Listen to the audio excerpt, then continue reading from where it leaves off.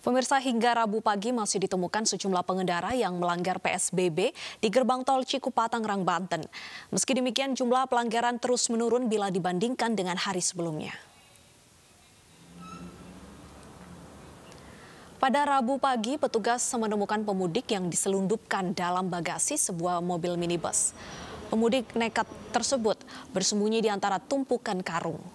Personil polisi kemudian meminta mobil yang terjaring razia tersebut untuk berputar balik, dan jelang Hari Raya Idul Fitri, jumlah pelanggaran PSBB di gerbang tol Cikupa, Tangerang, Banten semakin menurun.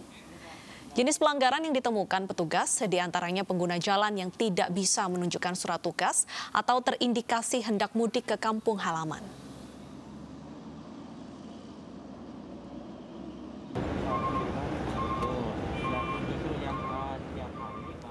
Kita langsung saja pantau pemirsa bagaimana kondisi lalu lintas di Tol Cikarang, Jawa Barat dan gerbang Tol Cikupa, Tangerang, Banten. Ada Menia Mutiara di gerbang Tol Cikarang Barat dan juga Yosefina Damaris di Tol Cikupa, Tangerang, Banten. Yang pertama kita ke Menia Mutiara. Menia, bagaimana kondisi terkini di sana? Baik Deta dan pemirsa, 4 hari jelang Lebaran, kondisi di ruas tol Jakarta Cikampek tepatnya di kilometer 31 gerbang tol Cikarang Barat terpantau ramai lancar. Hingga siang hari ini namun kami masih saja menemukan adanya pelanggaran, tetapi jumlah ini cukup signifikan menurun daripada dibandingkan dengan awal diterapkannya aturan larangan mudik, yakni yang dimulai sejak 24 April lalu atau tepatnya 1 bulan sebelum Hari Raya Idul Fitri. Kami melaporkan tepat di titik kilometer 31 dan usai checkpoint para pengendara yang dilakukan oleh para petugas kepolisian, kendaraan roda 4 atau kendaraan pribadi yang hingga kini masih melintas, artinya mereka dilakukan pengecekan terlebih dahulu dan memegang surat dinas untuk mengarah ke Cikampek. Sementara itu untuk kendaraan pribadi yang tidak memenuhi syarat untuk melintas ke arah Cikampek diarahkan oleh petugas untuk memutar di gerbang tol Cikarang Barat, tepatnya di kilometer 31 ruas tol Jakarta Cikampek ini. Dan untuk mengetahui bagaimana kondisi di gerbang tol Cikupa, Tangerang, Banten, kita akan ke rekan kami Yosefina Damaris yang sudah berada di sana.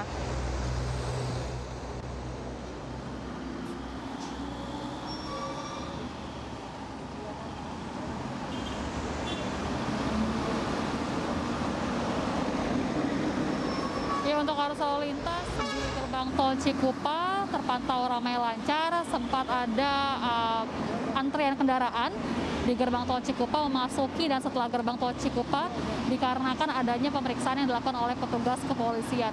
Kami masih melihat adanya pelanggaran yang terjadi di gerbang tol Cikupa ini meskipun hari ini sudah memasuki hari ke-27 penerapan kebijakan larangan mudik.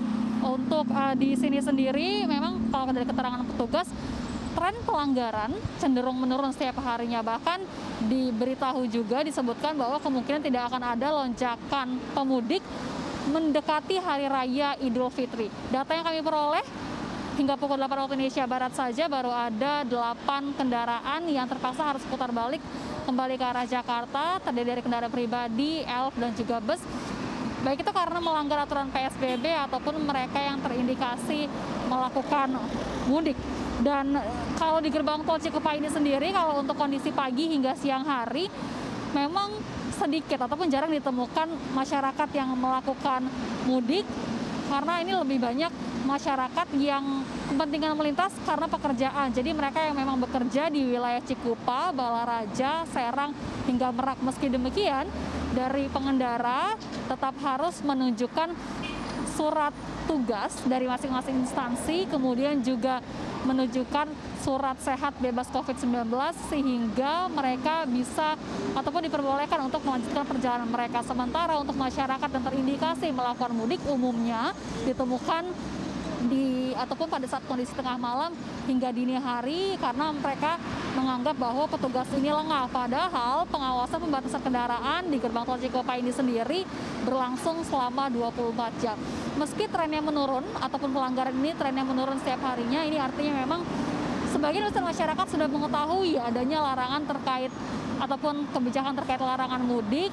Namun dari petugas juga terus mengimbau masyarakat untuk tetap taat tidak mudik saat Lebaran 2020 ini, sehingga ini bisa menekan angka penyebaran COVID-19 di daerah-daerah lain di Indonesia. Benedetta, saya kembalikan kepada Anda di studio. Baik, terima kasih rekan-rekan atas informasinya. Selamat bertugas kembali. Pemirsa, pembatasan sosial berskala besar belum berakhir di DKI Jakarta dan juga Provinsi Jawa Barat. PSBB DKI Jakarta diperpanjang hingga 4 Juni mendatang, sementara di Jawa Barat akan diperpanjang dengan sejumlah penyesuaian.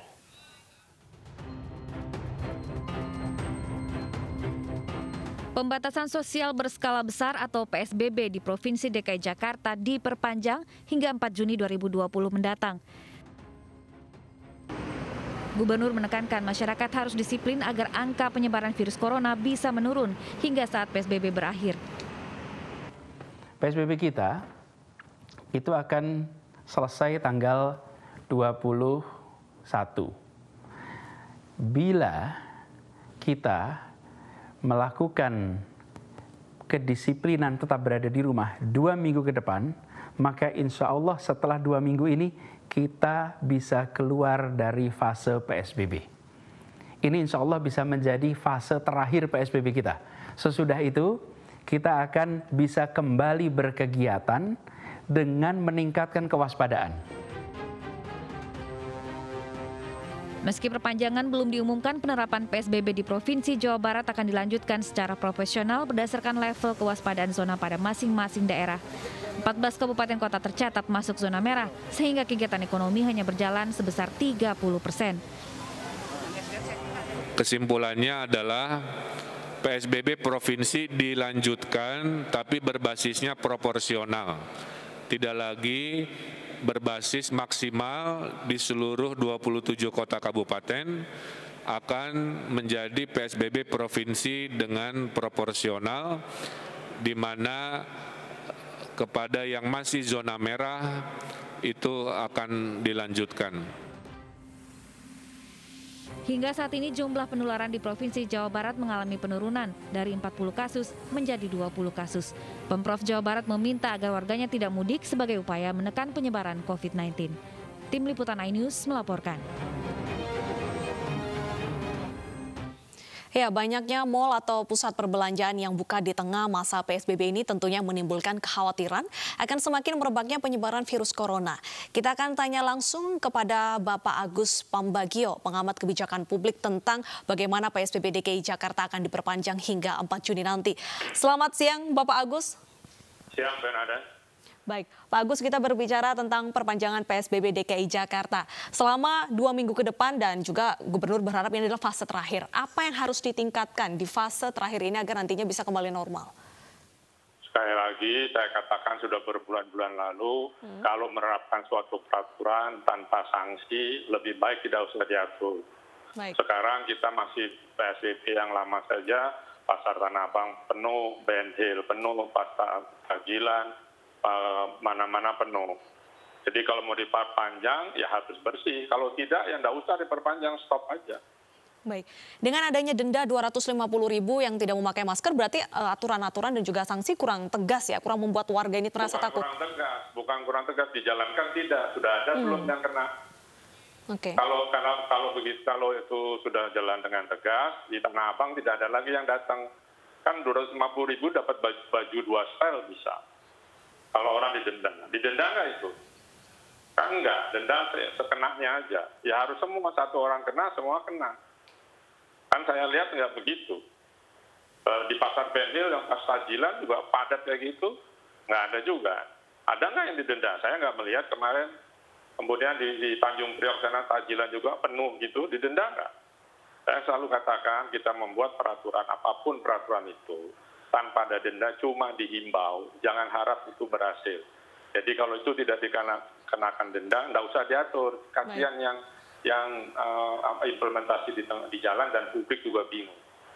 Baik, faktor ekonomi ini selalu menjadi alasan bahwa masyarakat ini tidak bisa bertahan di rumah untuk bertahan hidup. Nah, apakah dengan karakter masyarakat yang seperti ini, the new normal ini akan mungkin diberlakukan di Jakarta?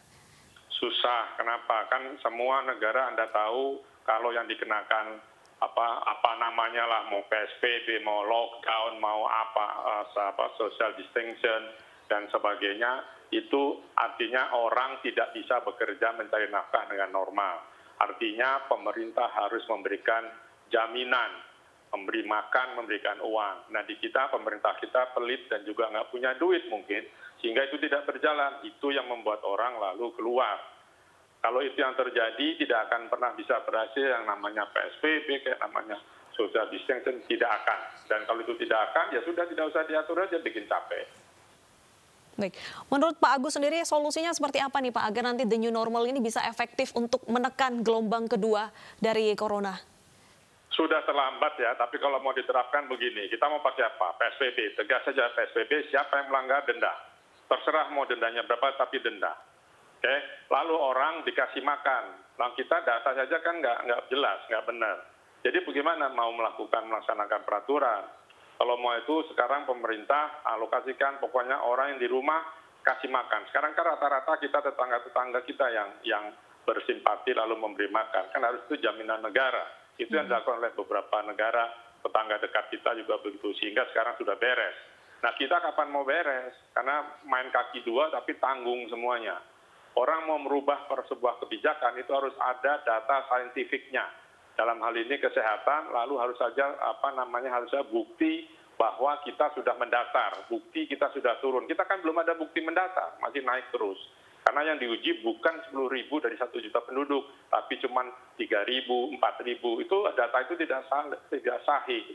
Jadi mau new normal, saya nggak tahu mesti bagaimana karena kita belum memenuhi syarat untuk masuk ke new normal. Kecuali kita ke herd immunity. Jadi kita dibiarkan tertular, siapa yang tahan hidup, yang tidak tahan mati. Itu aja. Baik, berarti bisa dibilang hingga sekitar bulan Juni nanti bukan periode waktu yang tepat untuk melonggarkan PSBB ya Pak? Bukan, tidak usah dilonggarkan, sekarang kan sudah longgar. Apa bedanya PSBB dengan tidak PSBB? Coba saya tanya Anda. Apa bedanya perlakuan PSBB 2 minggu dengan sebelumnya? Kan enggak, malah tambah seru karena orang mau lebaran. Lalu mau di mana kita mengatur? Sekali lagi, membuat aturan tidak dilaksanakan sanksinya dengan tegas, nggak usah diatur saja. Jadi mau PSBB di stop sekarang, mau PSBB di stop 4 Juni, menurut saya sama saja. Baik, selain faktor ekonomi yang membuat masyarakat ini sangat susah untuk disiplin ataupun sangat susah untuk diatur, ini faktor apa lagi Pak yang bisa dilakukan? Kemana ekonomi, orang perlu makan. Semua penerapan di semua negara yang diterapkan PSBB kah, total lockdown kah atau apapun namanya, yang tidak punya mata pencarian langsung dibantu oleh negara, baik kasih tunai maupun di drop makanan. Kalau di Cina kan di drop makanan oleh tentara-tentara, di tempat lain dikasih, di Malaysia saya dikasih uang. Nah kita kan enggak, kasihnya bansos, sudah kasih bansos pun nggak jelas, kurang dan sebagainya. Jadi tanpa ada pemenuhan itu oleh negara akan sulit kita menerapkan karena orang harus makan. Baik, terima kasih atas waktunya Bapak Agus. Terima kasih sudah bergabung bersama kami di iNews Siang. Pemirsa, Ketua Umum PMI Yusuf Kala angkat bicara terkait imbauan Presiden Joko Widodo agar masyarakat ini berdamai dengan corona. JK menilai ajakan berdamai dengan virus corona tidak tepat.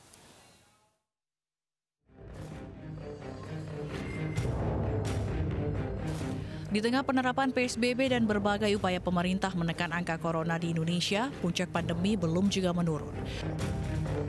Kendati terjadi penurunan, angka corona di Indonesia kembali berpotensi meningkat. Menyikapi situasi tersebut, Presiden Joko Widodo mengimbau agar masyarakat berdamai dengan COVID untuk beberapa waktu ke depan. Namun pendapat berbeda datang dari Ketua Umum Palang Merah Indonesia, Yusuf Kala. Sampai ditemukannya vaksin yang efektif, kita harus hidup berdamai dengan COVID untuk beberapa waktu ke depan. Dan kita beruntung sejak awal memilih kebijakan PSBB, bukan lockdown atau karantina wilayah. Tidak milih-milih siapa, tidak bisa diajak berdamai. Kalau namanya berdamai itu kalau dua-duanya ingin damai, ya. Kalau kita hanya ingin damai, virusnya enggak gimana? Jadi tidak, istilah damai itu agak kurang pas sebenarnya, karena damai itu dua belah pihak.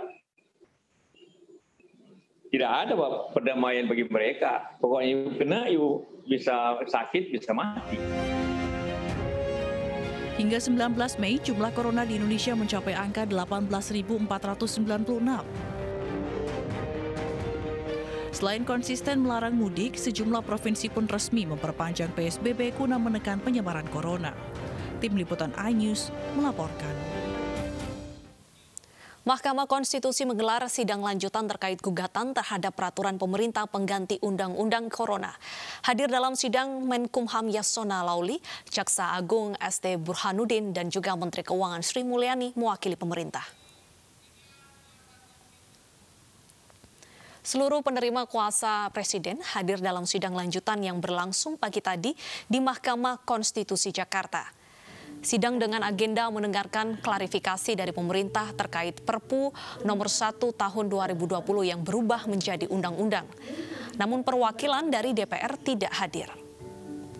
Permohonan uji materi terhadap Perpu Corona diajukan Perkumpulan Masyarakat Anti Korupsi Indonesia, Din Syamsuddin, dan juga Amin Rais. Mereka menilai COVID-19 tidak masuk dalam kegentingan memaksa dan APBN hanya boleh direvisi melalui APBN perubahan.